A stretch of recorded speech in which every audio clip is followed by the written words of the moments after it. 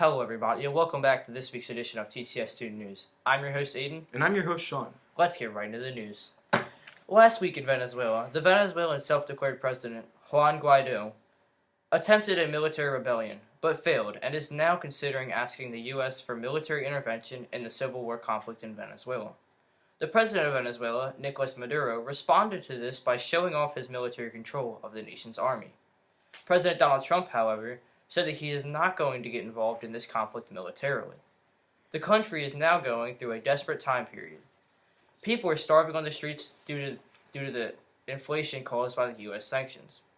I hope that these people are put first in the conflict in Venezuela.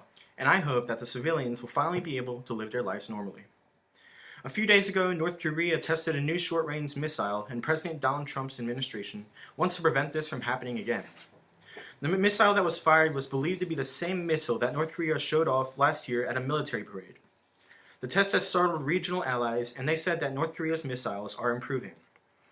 Both the U.S. and North Korea are still claiming they have a good personal relationship, but if no one has a resolution at the end of the year, North Korean leader Kim Jong-un said that he would have to move on past the U.S. This has created drama in South Korea, as their leader Moon Jae-in is trying to stop North Korea from raising military tensions. There are U.S. troops in South Korea and in Japan, and all of them are in range of North Korea's missiles. Even if the missile is a small and less capable version, it still poses a threat. Hopefully this crisis will be resolved quickly and with as little issues as physically possible. Mother's Day. It is a celebration honoring the mothers of our families, as well as motherhood, maternal bonds, and the influence of mothers on our society. The history of Mother's Day in the U.S. is very different than around the world. The modern U.S. Mother's Day was started by a woman named Anna Jarvis. Anna Jarvis started her campaign to make Mother's Day a national holiday in 1905, and later, in 1908, the bill went to Congress, where it was sadly denied, because Congress said jokingly that if they made Mother's Day, they would also have to create a Mother-in-Law's Day as well. But by 1911, all U.S. states observed the holiday unofficially, with the first being West Virginia in 1910. In 1914, however, President Woodrow Wilson signed a proclamation designating Mother's Day to be a national holiday held on the second Sunday in May. Last week, President Donald Trump named one of Obama's former administration officials, Mark Morgan, as head of Immigration and Customs Enforcement. Mark Morgan would still need to be approved by the Senate in order to fulfill his position. Trump did this for a tougher direction at ICE, as he has grown frustrated with his own administration's handling of immigration and other security issues. Morgan said that he supported Trump's suggestion to bus immigrants to sanctuary cities and has strongly backed his characterization of problems at the border as a security crisis. If he were to be approved for the position, we will see him replace Matthew Albence. Now it is time to get into some TCS student news. On Thursday, May the 2nd, a group of women from ACIM, or the American Charities for Italian Matters, visited our school. They brought us these NASA hoodies for each and every one of us that we are wearing right now. These hoodies are comfortable and look very nice. The school would like to thank ACIM and Miss Elaine, our Space Lab teacher, for supplying all the students with hoodies. Last Thursday, Baltimore City Councilwoman and a good friend of the community school, Mary Pat Clark, came in. While she was here, she talked about her 13 other council members in the Baltimore City Council. She also told us about different bills that her colleagues are introducing. These bills range from filing amendments to different processes to finance bills.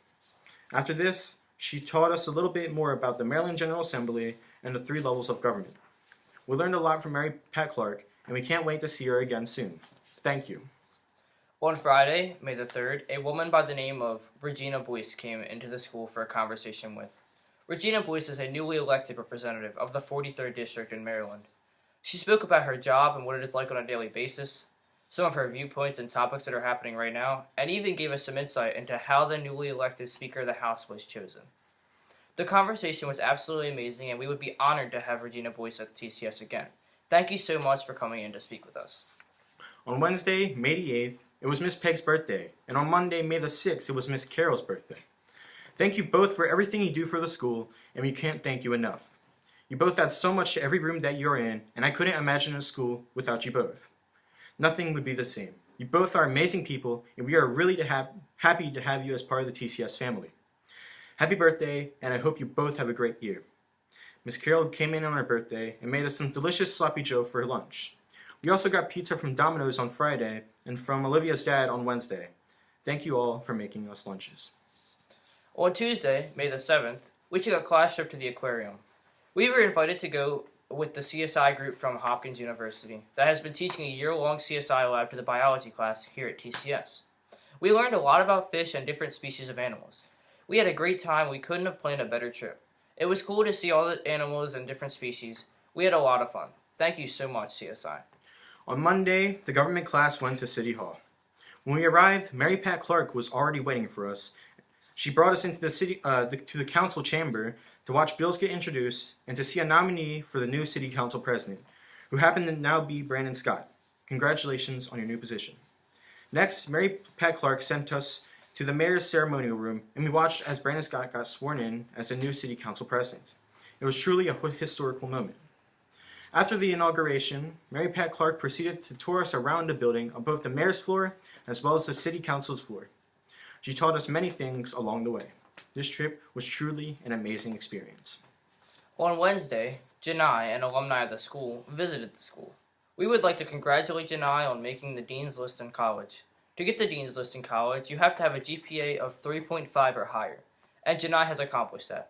We hope that you continue your great work at Roanoke College and will have a great year. Alrighty, everyone. That wraps up this week's edition of TCS Student News. Tune in next week, folks. Have a nice day.